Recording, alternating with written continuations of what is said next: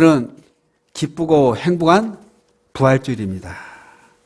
모든 성도가 사망 권세에 이기신 예수님의 부활을 기뻐하고 또한 축복하는 그런 주일입니다.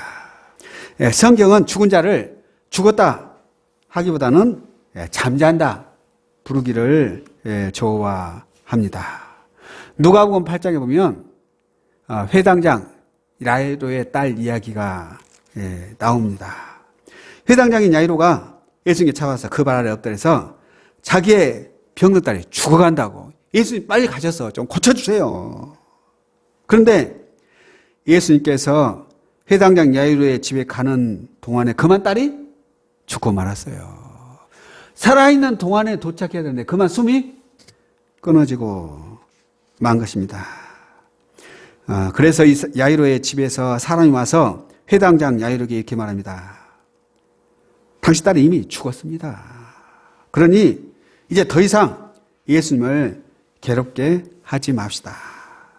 그런데 예수님은 굳이 회당장에게 집으로 가자고 말씀하십니다. 그리고는 집에 도착해서 딸이 죽었으니 통곡하며 울죠. 우는 사람들에게 이렇게 말합니다. 울지 마라. 죽은 것이 아니라 잔다. 울지 마라. 이 말을 듣는 사람들은 모두가 비웃었습니다. 아니, 분명히 죽었는데 왜 저 사람은 죽지 않았다고 하느냐. 별 사람 다 보겠네. 그런데 예수님이 집 안으로 들어가서 아이의 손을 잡고 외치셨어요. 뭐라고 외치셨죠? 다리다금, 다리다금 하고 외치셨어요. 즉 소녀야 일어나라. 그런데 정말로 놀라운 일이 일어났습니다. 죽은 아이가 거짓말처럼 다시 일어났어요.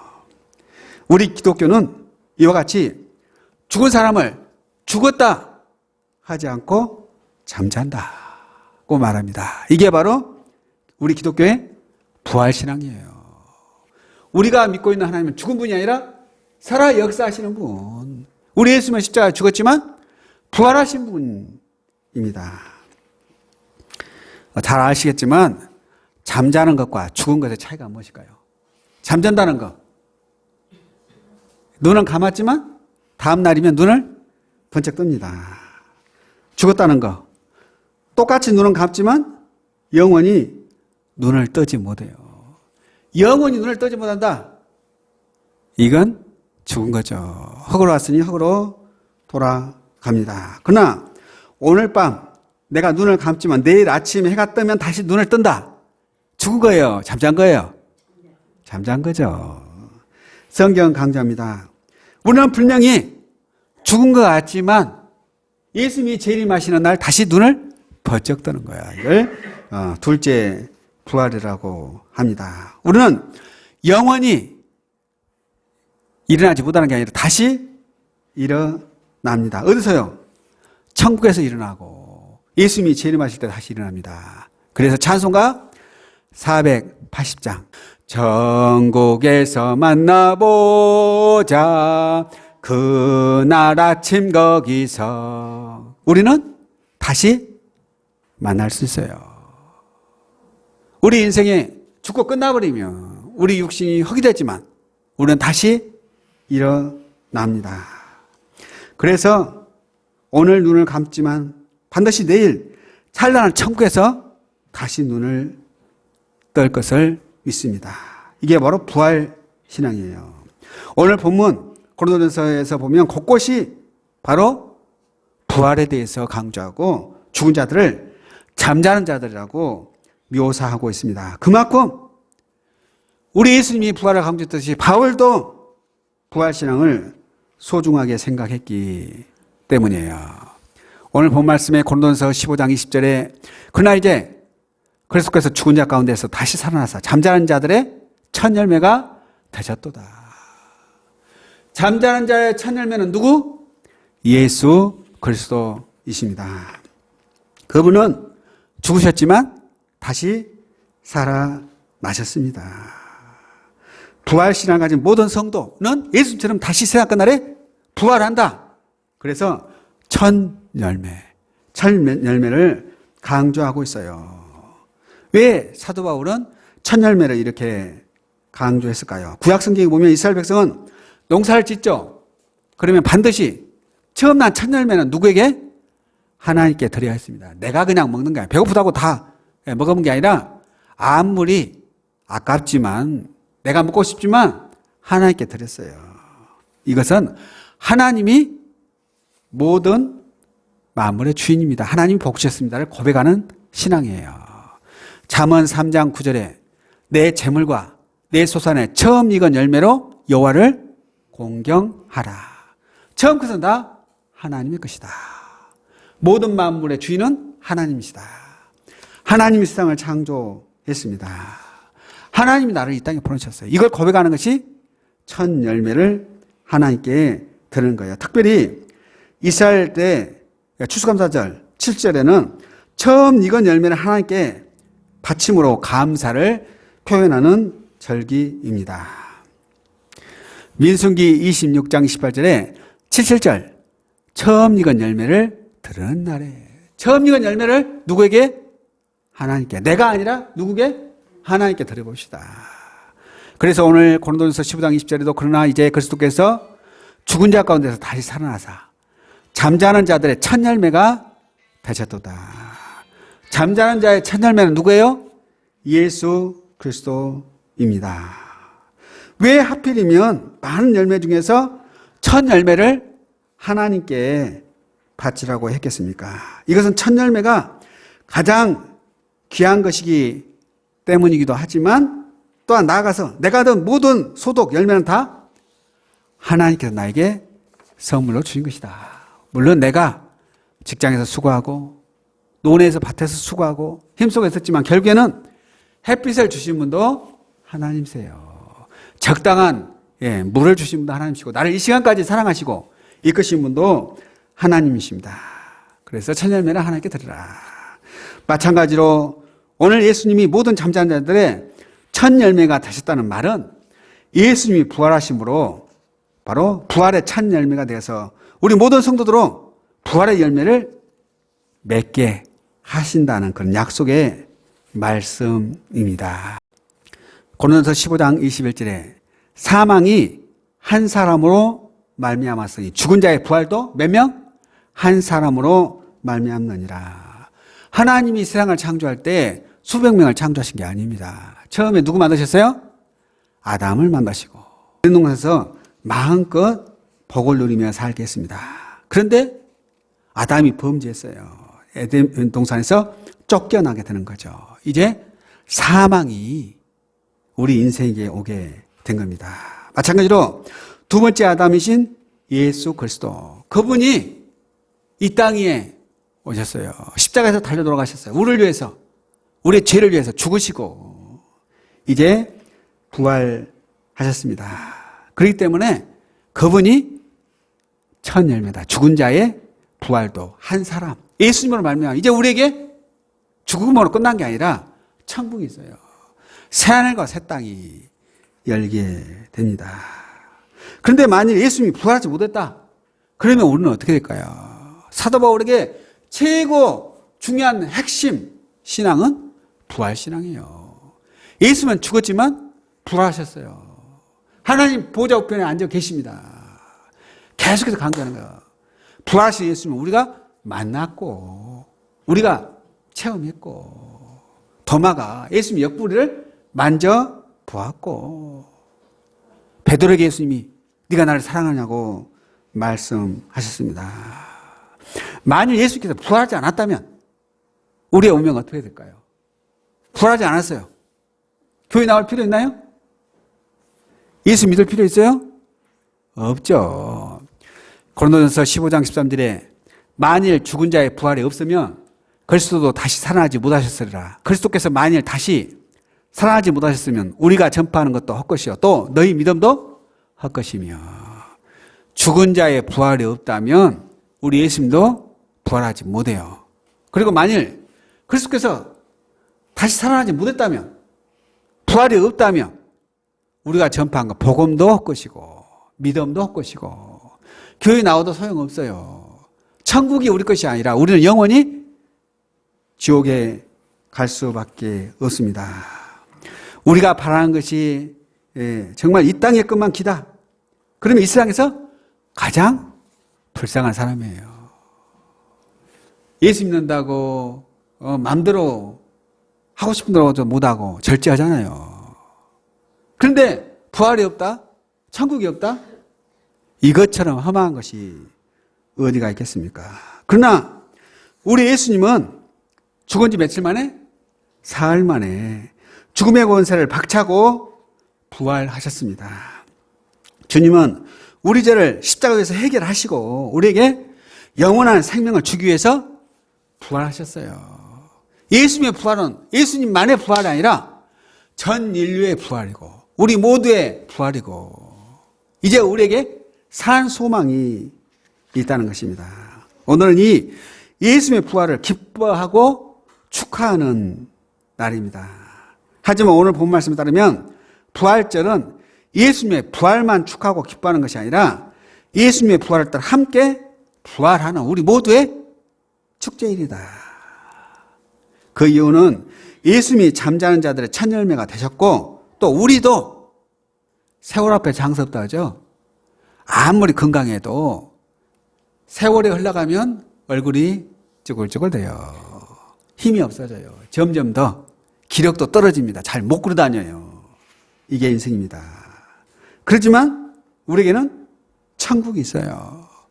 이 땅 위에서 100세, 200세 이제 죽어야 되잖아요. 그렇지만 새 생명, 새 하늘과 새 땅이 열립니다. 하나님 나라 천국이 우리에게 있습니다. 그래서 우리는 이 부활절을 기뻐하고 예수님의 부활은 우리의 부활이 되는 것이고 예수님의 천국이 우리의 천국이 되는 거예요. 그래서 하나님을 찬양하고 하나님께 예배합니다.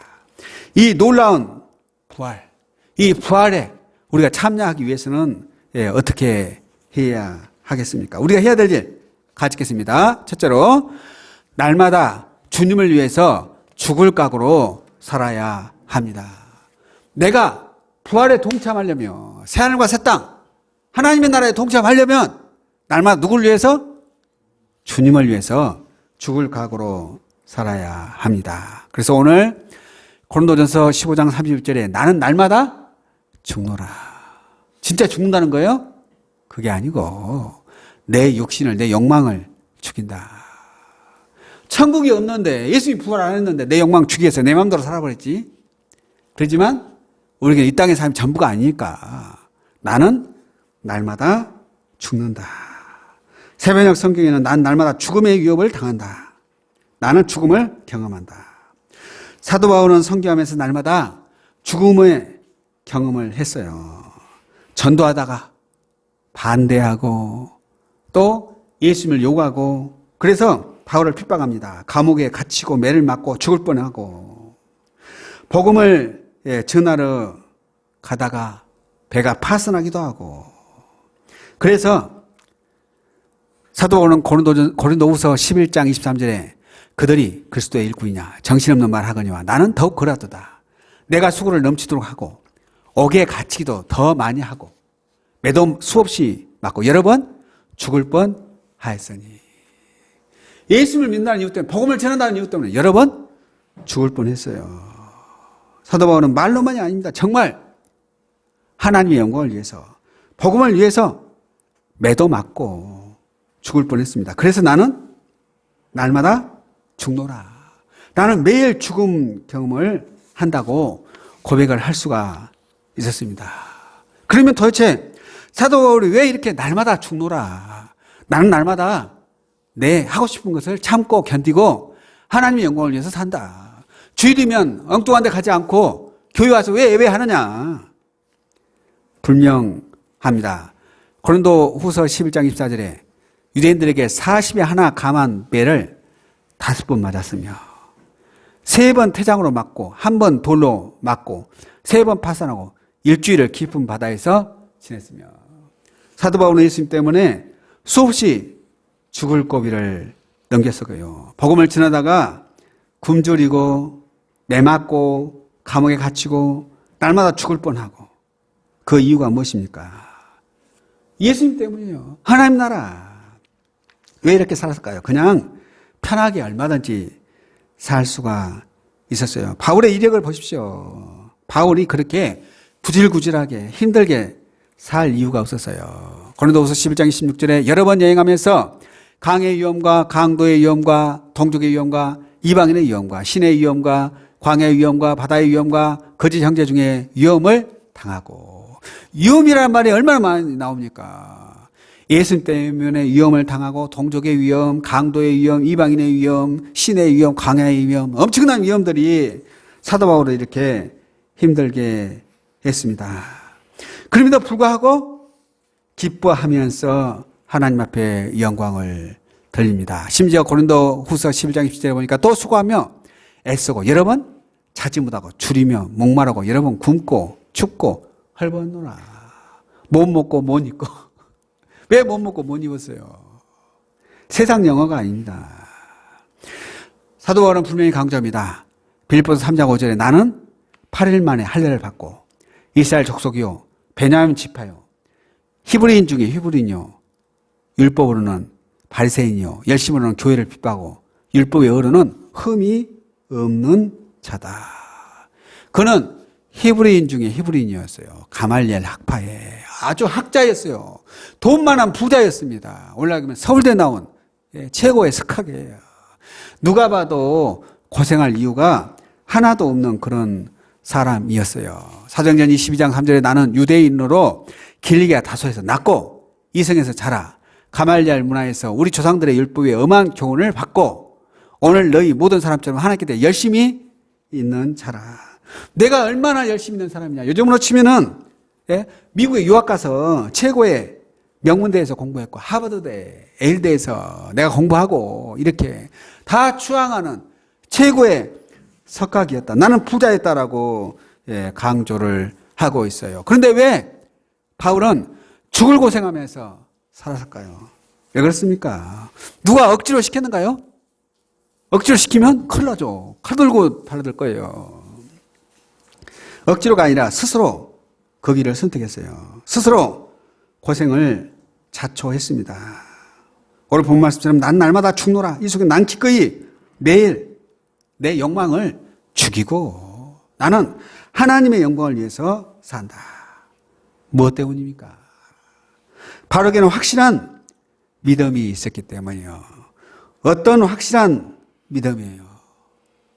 바로 천국, 하나님의 나라, 새하늘과 새 땅을 확신했기 때문입니다. 내가 죽어도 이거 죽는 것이 아니라 잔다. 예수님이 십자가에 돌아가셨지만 며칠 만에? 3일 만에 부활했어요. 나도 그런다. 예수님만이 그런 게 아니라 바울만이 그런 게 아니라 오늘 시간에 우리도 마찬가지입니다. 우리 예수님께서 강조합니다. 요한복음 11장 25절 같이 읽겠습니다.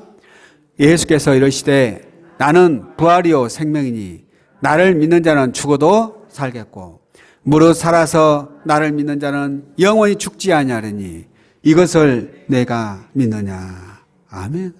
예수께서 말씀하시는 거예요. 나는 부활이요 생명이니. 예수님이 죽었는데 못 살아난다? 그러면 그냥 사형수, 비참한 죄인일 수밖에 없어요. 그런데 예수님은 죽은 지 사흘 만에 부활하셨어요. 그래서 자신 있게 나는 부활이요 생명이니. 예수님이 죽인 지 사흘 만에 부활했기 때문에 예수님은 부활이에요. 예수님을 믿으면 죽어도 산다. 그에게는 천국이 있다. 새하늘과 새 땅이 열린다. 우리는 오늘 본 말씀을 믿고 더 이상 죽음을 두려워하지 말고 날마다 하나님의 영광을 위해서 살아야 합니다. 분명한 것은 한 알의 밀이 열매를 맺으려면 많은 열매 맺으려면 죽어야 되지 않습니까? 썩고 죽어야 하지만 그러나 많은 열매를 맺으니까 죽을 수 있는 거예요. 주일이면 내가 교회 와서 예배를 드립니다. 내가 직장에서 일터에서 우리의 삶의 현장에서 내 욕심을 죽일 수 있는 거예요. 내 욕망을 줄 수 있는 것은 우리에게는 하나님 나라 천국이 있고 부활하신 예수님이 우리와 동행하기 때문입니다. 그러므로 세상을 바라보며 좌절하지 마시고 날마다 우리 예수님과 동행해서 복된 삶, 성례의 삶을 살 수 있기를 주님 이름으로 축원합니다. 아멘. 자, 둘째로 봅시다. 같이 읽겠습니다. 날마다 자신을 죽이고 복음을 위해 살아야 합니다. 나를 죽이는 이유, 복음이야, 복음. 하나님의 영광을 드러내기 위함입니다. 바울은 날마다 자신을 죽이고 또 죽였습니다. 그런데 누구나가 내 마음대로 살고 싶어요. 고생하기 싫습니다. 모두가 다 달리면 이제 멈추고 싶고, 걸어가면 이제 앉고 싶어요. 앉으면 눕고 싶고, 누우면 자고 싶고. 건강을 유지하는 비결에 그래서 그래야 됩니다. 살고 싶으면 걷자, 살고 싶으면 뛰자 그러잖아요. 적당히 운동해야 됩니다. 날마다 자신을 죽이고 그냥 쉬고 싶다고 푹 그냥 쉬세요가 아니에요. 복음을 위해서 살아야 합니다. 하나님의 영광을 위해서 살아야 돼요. 내 마음대로 살고 싶지만 내 고집, 내 주장을 죽이자. 사도 바울은 날마다 자신의 자아와 자기의 생각을 죽였다. 그냥 죽인 게 아닙니다. 무엇 때문에요? 복음을 위해서, 하나님 나라를 위해서, 하나님의 영광을 위해서. 바울이 왜 이렇게 해요? 부활의 주님을 만났기 때문이에요. 예수님도 십자가를 지기가 편했을까요? 마태복음 26장 39절에 내 아버지여 만일 할만하시거든 이 잔을 내게서 지나가게 하옵소서. 그러나 나의 원대로 마옵시고 아버지의 원대로 하옵소서. 예수님도 십자가 치는 게 고통스러웠어요. 얼마나 힘이 드셨으면 엘리 엘리 라마 사박다니 나의 하나님 어찌하여 나를 버리셨나이까. 너무 고통스러웠어요. 그래서 내 아버지여 만약 할만하시거든 이 잔을 내게서 지나가게 하옵소서. 누구나가 십자가는 싫어요. 그런데 우리 예수님 가면 됩니다. 누구든지 날 따라오든 자기 십자가를 쳐라. 자기 십자가를 치고 나를 따르라. 이 오치 신앙교회가 든든히 서갈 수 있는 것은 오늘 우리 성도님들 한 분 한 분이 십자가를 지니까, 이 시간에 교회 나와서 예배하니까 교회가 든든히 서가는 거예요. 우리에게 주신 각자의 십자가가 있어요. 달란트가 있어요. 이걸 잘 감당할 때 하나님이 영광 받으십니다. 내 안에 있는 자, 내 생각을 다 죽이고 이제는 하나님 안에서 내가 져야 될 십자가를 지고 예수님 뒤를 따랐더니 부활하신 예수님이 우리 가운데 놀라운 은혜로 함께 해 주셨어요. 그래서 고난 속에서 부활이 있는 거예요. 아픔 속에서 기쁨이 피어납니다. 사랑하는 성도 여러분, 부활을 맞이하는 우리는 어떤 모습으로 하나님 앞에 서야 합니까? 오늘 바울처럼 복음을 위해 날마다 자신을 죽이고 날마다 하나님의 영광을 위해서 살아야 합니다. 우리는 예수님의 부활의 첫 열매가 되신 것처럼 분명한 부활 신앙, 죽었지만 다시 부활한다, 다시 살아난다. 그래서 나는 날마다 죽노라. 바울처럼 날마다 나를 죽이고 우리 예수님 안에서 하나님의 영광을 드러낼 때 우리 하나님께서 우리 가운데 놀라운 은혜로 채워질 줄로 믿습니다. 이제는 세상이 아니라 우리 예수님을 바라보면서 우리 하나님께 영광 돌리는 삶 살기를 주님의 이름으로 축원합니다. 아멘. 기도합니다. 하나님 아버지, 죽음의 권세를 박차고 부활하신 우리 예수님께 찬양과 경배를 드립니다. 우리 예배 가운데 함께 하옵소서. 이제는 절망과 한숨에서 벗어나 부활하신 예수님과 동행하며 하나님께 영광 돌리고 찬양하는 성도가 되게 해 주옵소서.